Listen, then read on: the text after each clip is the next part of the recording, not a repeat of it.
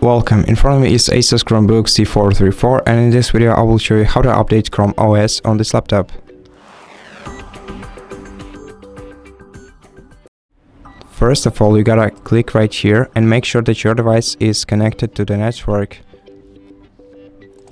Then go to launcher, open settings from here, and then go to About ChromeOS section, open it, and then click check for updates right here and check if your device is up to date. You can also go to firmware updates and let your device check for external check for updates for external devices. And as you can see, for me everything is up to date, but in case your device has any updates to install, it will do it automatically. You won't have to interfere in the process.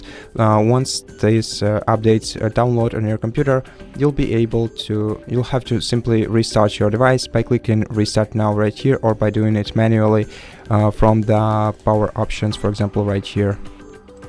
And that's how you do it. So thank you for watching this video. If you liked it, consider subscribing to our channel, leave us a like and a comment below, and I'll see you in the next one.